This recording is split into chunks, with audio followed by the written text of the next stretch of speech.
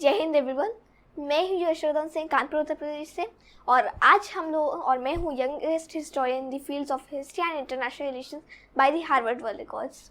और आज हम लोग का टॉपिक होगा इंटरनल सिक्योरिटी का बहुत ही अहम टॉपिक, जिसका नाम है central armed police forces. Central armed police forces. तो चलिए आगे बढ़ते हैं।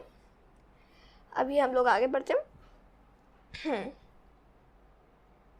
राइट।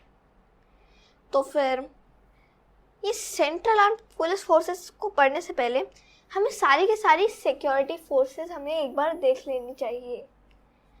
पहली होती है आर्म्ड फोर्सेस, जिसमें हम लोगों की आ जाती है आर्मी, एक आ जाती है आईएएफ यानी इंडियन एयर फोर्स, उसके बाद एक आ जाती है आईएन, शॉर्ट में आईएन, इंडियन नेवी आ जाती है।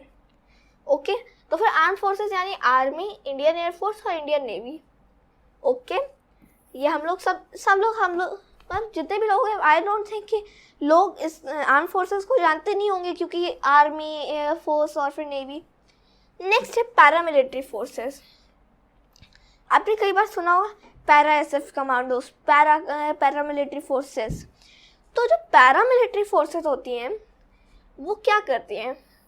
वो बेसिकली हेल्प करती है आर्म फोर्सेस को ऑपरेट करने में, और मतलब वो एक तरीके से supporter of the Indian arm forces है।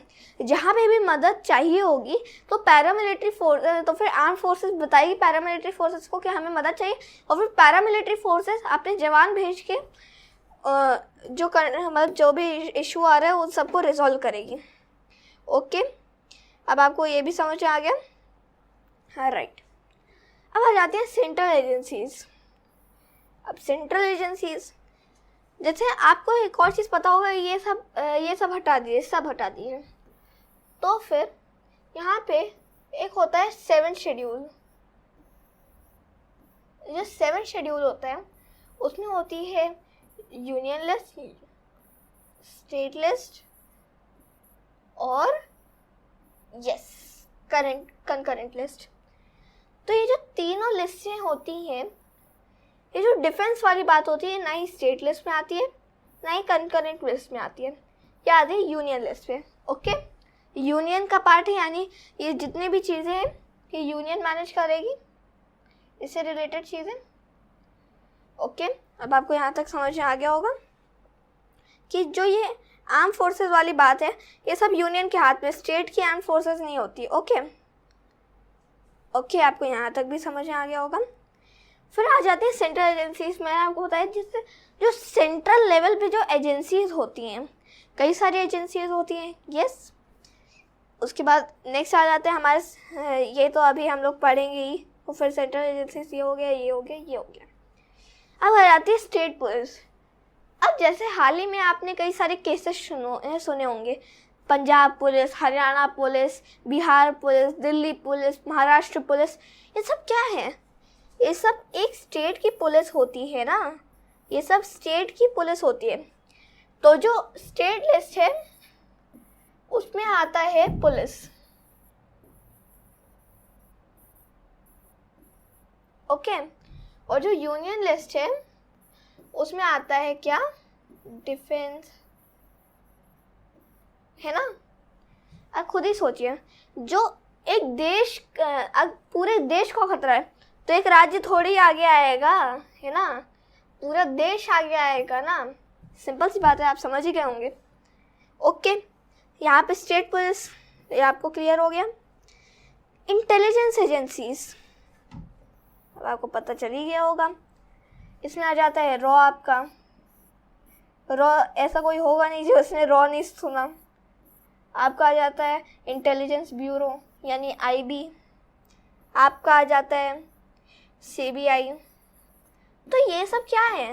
ये सब इंटेलिजेंस एजेंसीज ही तो हैं।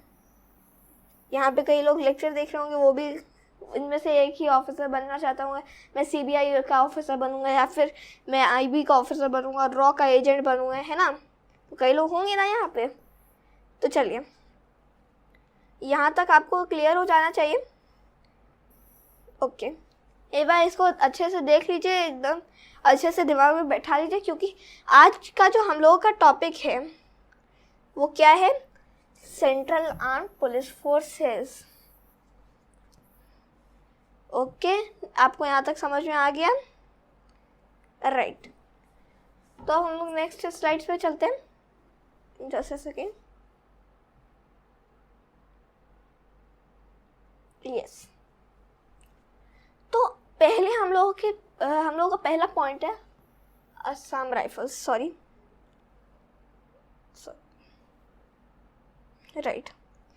तो पहला हम लोगों का आज का टॉपिक है which is Assam rifles. Assam rifles I think सभी ने सुना होगा, है ना? क्योंकि हम लोग जब भी रिपब्लिक डे परेड देखते हैं तो हम लोग कुछ ऐसे जवान देखते हैं कि नहीं देखते, बंदूक और फिर कैप है ना? तो फिर एक बार आप फेमिलियर हो जाए असम राइफल्स से, तो फिर मैंने एक पिक डाल दी, आप एक बार देख लीजिए, ऑब्जर्व कर लीजिए। Okay, next point. तो फिर हमारा पहला पॉइंट क्या है? तो हमारा जो ये असम राइफल्स है, अब पहली चीज, इसका हेड कौन होता है? इसका जो हेड होता है वो होता है lieutenant general in the arm forces. जो इसका हेड होगा वो असम राइफल से नहीं होगा, उसका जो हेड होगा वो होगा आर्म फोर्सेस। ओके, यहाँ तक क्लियर हो गया? तो आई थिंक यहाँ तक आप क्लियर हो गया होगा, तो समझ में आ गया हो। अब हम लोग नेक्स्ट पॉइंट पे बढ़ते हैं। नेक्स्ट पॉइंट हम लोग का ये कहता है कि इसका जो कंट्रोल है वो डुअल कंट्रोल है। अब डुअल कंट्रोल क्या होता है? डुअल कंट्रोल मतलब कि जो एडमिनिस्ट्रेटिव काम होगा, क्योंकि ये जो है ये आर्म फोर्सेस के साथ ही इसका डिप्लॉयमेंट होता है, आर्म फोर्सेस के साथ, और ये बेसिकली हेल्प करता है ये एडमिनिस्ट्रेटिव, यानी ये थोड़ा सा मतलब ये थोड़ा सा रूल करने के लिए भी, एडमिनिस्ट्रेशन के लिए। देखिए, जब तक आर्मी नहीं आ जाती या फिर जब तक बाकी जो एडमिनिस्ट्रेशन है वो एकदम अच्छे से फिक्स नहीं हो जाती, तो कुछ टाइम के लिए ये एडमिनिस्ट्रेटिव भी काम करता है। और ये जो एडमिनिस्ट्रेटिव काम होता है वो होता है मिनिस्ट्री ऑफ होम अफेयर्स में। ओके, और जो इसके ऑपरेशनल काम होते हैं, जो इसके मेन मिलिट्री वाले काम होते हैं, वो होते हैं मिनिस्ट्री ऑफ डिफेंस में। यहाँ तक आपको क्लियर हो गया? तो फिर देखिए, ये पता चल गया, जो हेड होता है वो lieutenant general in the arm forces होता है, not in the Assam rifles. जो इसका डुअल कंट्रोल है, administrative ministry of home affairs के पास है, ऑपरेशनल मिनिस्ट्री ऑफ डिफेंस के पास है। ओके, और इसका जो फाउंडेशन हुआ था 1835 में। इसका फॉर्मेशन जो था वो होता है 1835 में, है ना? 1835 में ब्रिटिश के द्वारा बनाया गया था to clear the ways in the north east. अब देखिए, ये नॉर्थ ईस्ट में बोला गया है, तभी तो असम राइफल्स नाम पड़ा। तो फिर एक्चुअली होता क्या है? Clear the ways in the north east का मतलब क्या है? जंगल में आती है चीज़ें तो फिर सारा क्लियर करने का, मतलब सामने से पेड़ वगैरह हटाने के अलावा। अब आपको पता होगा कि कई सारे नॉर्थ ईस्ट में ट्राइब्स होते हैं। तो ट्राइब जो होते हैं, अब हर एक ट्राइब की कई बार अलग अलग भाषा होती है, कल्चरल, मतलब हर एक ट्राइब का। अब मोस्ट कॉमनली आपको मिजो ट्राइब, नागा, कई सारे नागा ट्राइब्स हैं। तो फिर ये जितने भी ट्राइब्स हैं, इनका कल्चर जो होता है ये डिफरेंट है, ये डिफर करता है। अब जो ब्रिटिश थे, अब आप खुद ही सोचिए, वो हिंदी नहीं समझ पाते थे, वो नॉर्थ ईस्ट में चलेगा, वो ट्राइबल भाषा कैसे समझेंगे? आप खुद ही सोचिए। तो फिर ताकि वो लोग अच्छे से बात कर सकें और मतलब कंट्रोल अच्छे से अपनी मजबूती बनाए रखें, तो क्लियर द वेज, मतलब ये असम राइफल्स के सैनिकों को रिक्रूट करते थे ताकि वो नॉर्थ ईस्ट में अच्छी पकड़ बना सकें। They are the primary border guarding forces on the Indo Myanmar border. यहाँ पे आपको समझ में आया क्या point? They are the primary border guarding forces. Army पहले नहीं लगी है। देखिए, जैसे मैं आपको एक रफ डायग्राम तो बताऊँ, अगर मैं आपको एक रफ डायग्राम बना के दिखाऊँ, राइट, कि जैसे ये इंडिया है, sorry for the rough making and sorry, तो फिर ये इंडिया है, तो फिर ये जो इंडिया है, अब यहाँ पे पहले आर्मी नहीं लगी रहेगी, यहाँ पे आर्मी नहीं लगी रहेगी, यहाँ पे पहले आर्मी नहीं होती, पहले प्राइमरी बॉर्डर पे नहीं रहती है, ये प्राइमरी बॉर्डर पे रहती है। असम राइफल्स नॉर्थ ईस्ट में प्राइमरी बॉर्डर पे रहती है। कौन कौन से? इंडो म्यांमार बॉर्डर पे, यानी जो इंडो बर्मीज बॉर्डर, अगर मैं इंडो बर्मीज कहूँ तो फिर आई एम सॉरी, क्योंकि मतलब उसको भी म्यांमार का पहले नाम बर्मा था, तो फिर हम लोग कई बार नॉर्मल बोलते चलते हम लोग बर्मीज भी कह देंगे, तो फिर आप समझ जाइएगा कि मेरा मतलब म्यांमार ही था। तो फिर ये border primary border guarding forces होती है इंडो म्यांमार बॉर्डर पे। आपको ये समझ आ गया? Their deployment is handled by the Indian army's brigadier rank officer, यानी जो इनका डिप्लॉयमेंट होता है वो इंडियन आर्मी का, इसमें भी देखिए जो हेड होगा वो भी लेफ्टिनेंट जनरल होगा आर्म फोर्सेस में, और जो इनकी तैनाती करेगा वो ब्रिगेडियर रैंक के ऑफिसर हो जाते हैं इंडियन आर्मी में, यानी आर्म फोर्सेस में। तो आप समझ ही सकते हैं कि क्या सिचुएशन है। तो एक बार आपको ये पूरी सिचुएशन क्लियर हो जानी चाहिए। क्लियर हो गए हो तो फिर अब मैं नेक्स्ट पॉइंट पे आगे बढ़ता हूँ।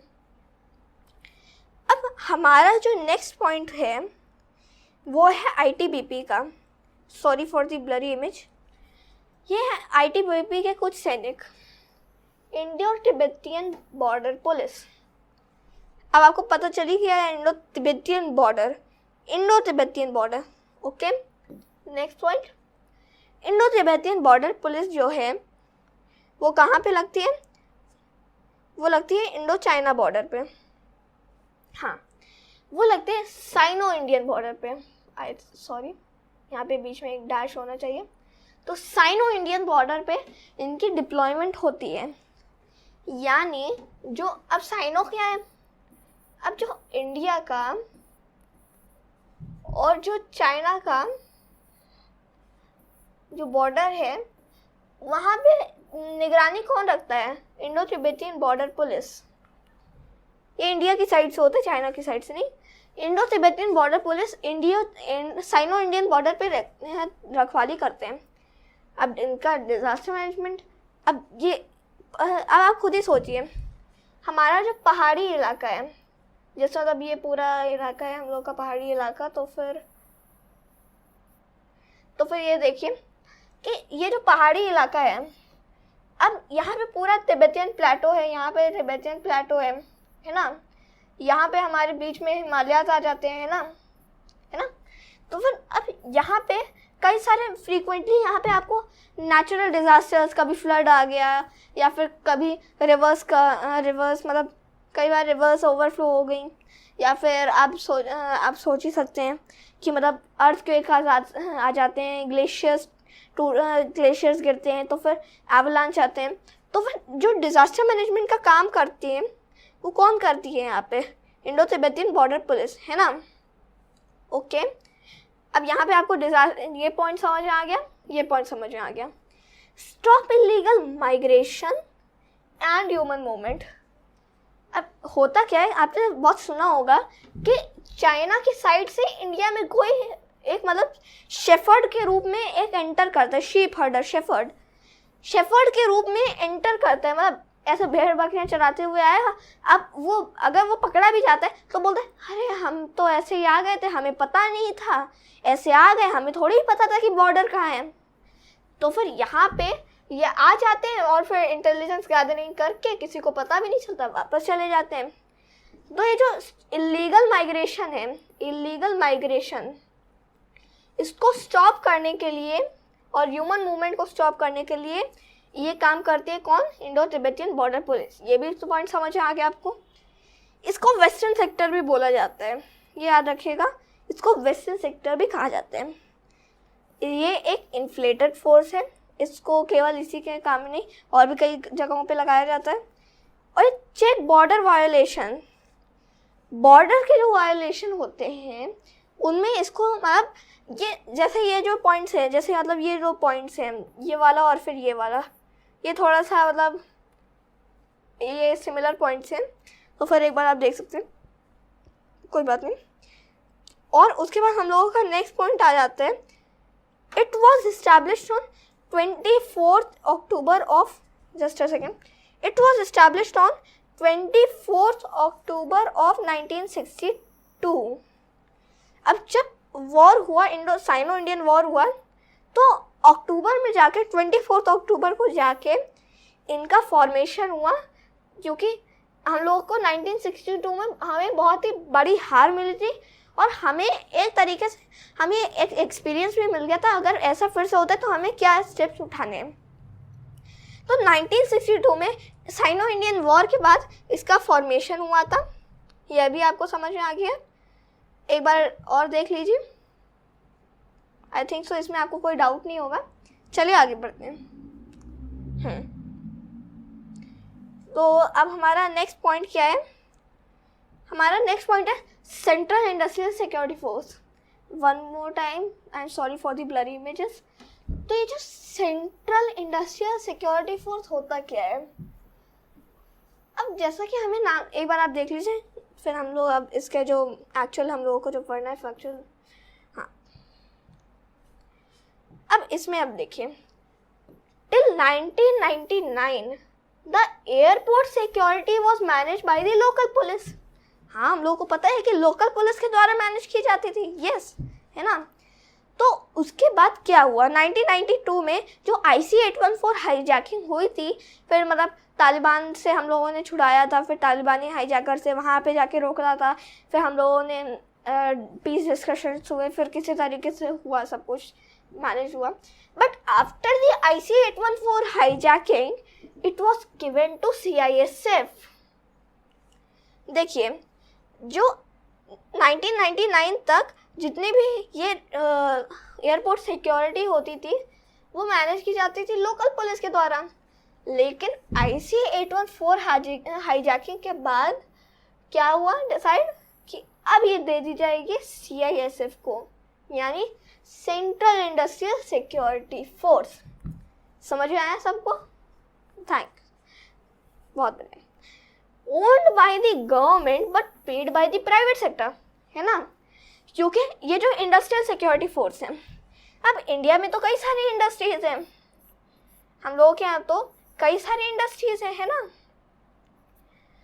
अब इन सब का मैनेज थोड़ी, मतलब अब ऐसा भी नहीं ज़रूरी है कि सबके सब PVT हो, यानी प्राइवेट हो।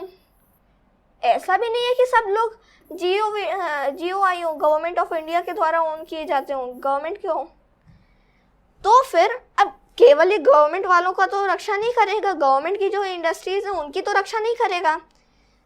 अब इसमें ये जो प्राइवेट सेक्टर है उसमें कंसल्टेंसी के लिए भी मतलब इनको पेमेंट जो होती है वो प्राइवेट सेक्टर करता है, क्योंकि ये कंसल्टेंसी के लिए भी प्राइवेट सेक्टर इनकी हेल्प चाहता है। जैसा कि यहाँ पे लिखा है कि ज़ीरो बजट फोर्स है ये इंडस्ट्रियल सिक्योरिटी, जैसा कि नाम से ही पता चल रहा है, और consultancy to the private sector, क्योंकि प्राइवेट सेक्टर को कंसल्टेंसी करता है ना। उसके बाद नेक्स्ट है, इट वॉज इस्टेब्लिश ऑन ये 100 मार्च नहीं है, 10 मार्च है, 10 मार्च 1969। ओके, इसका जो इस्टेब्लिशमेंट हुआ था ये 10 मार्च 1969 को हुआ था। ओके, यहाँ तक सबको समझ आ गया होगा, वेरी गुड। अब हमारा नेक्स्ट पॉइंट क्या है, नेक्स्ट पॉइंट है सशस्त्र Seema Bal, SSB। Once again sorry for the blurry image.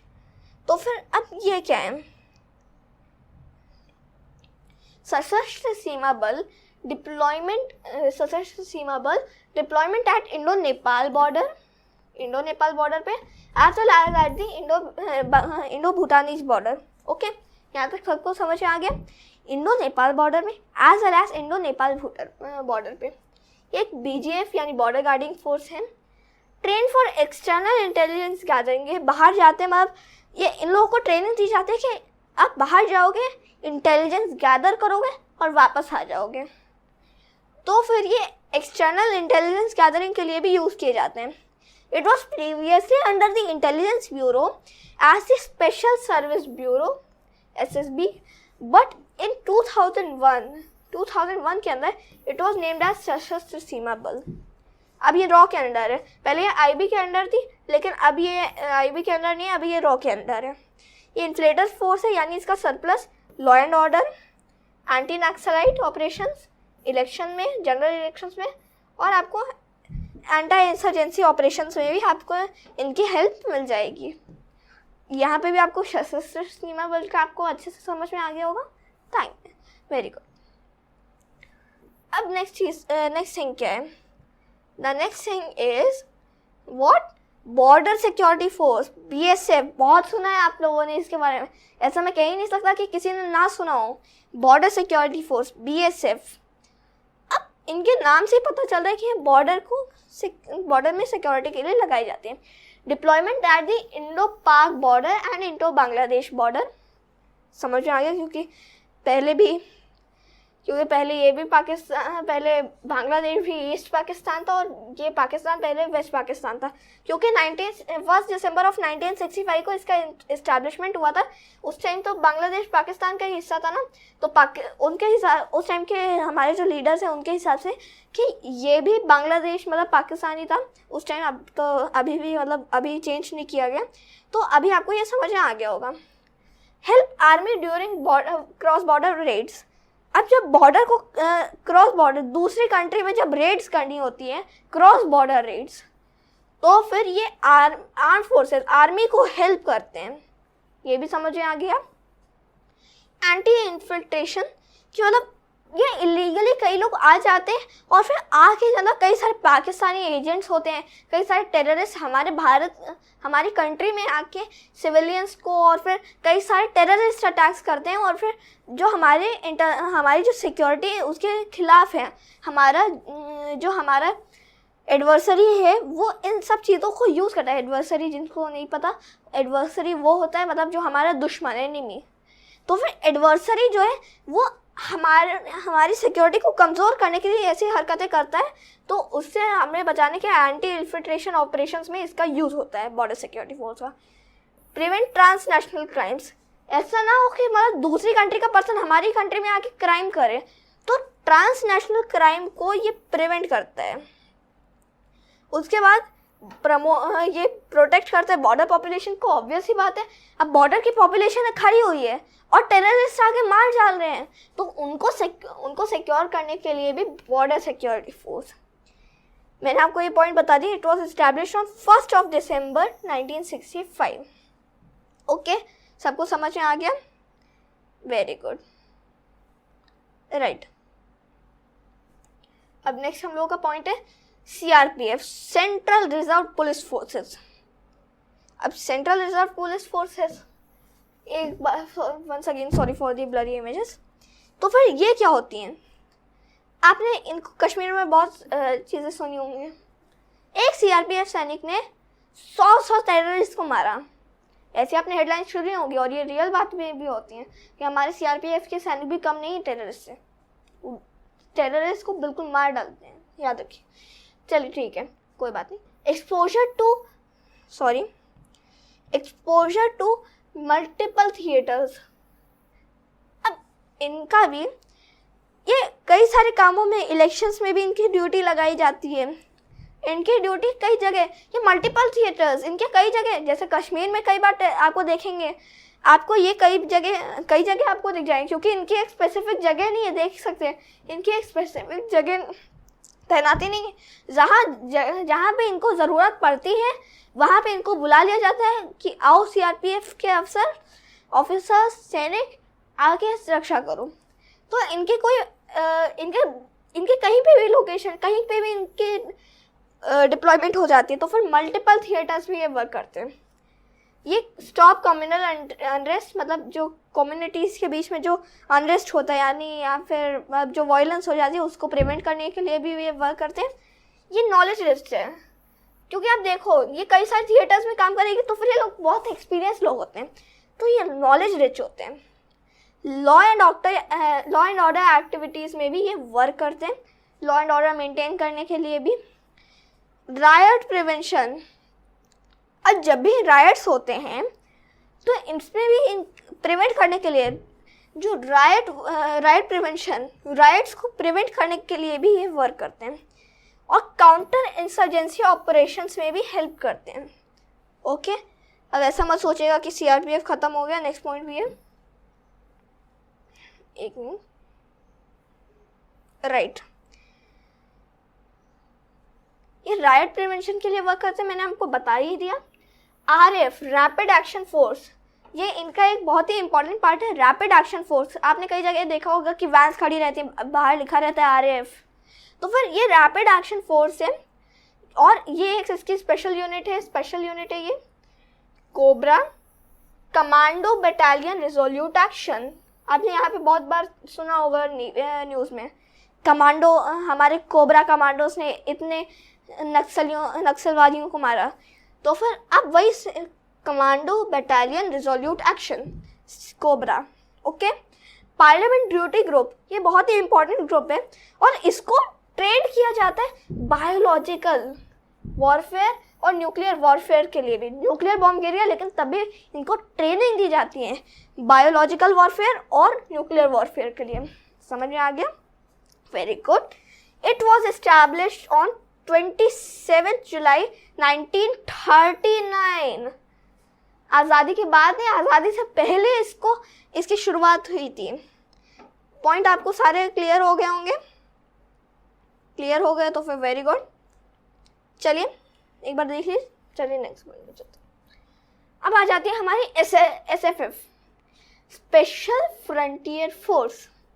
Okay, now अब स्पेशल फ्रंटियर फोर्स क्या है ना, ये after China occupied Tibet in 1959, intelligence bureau plus CIA trained Tibetans at Mustang in Nepal to fight against China.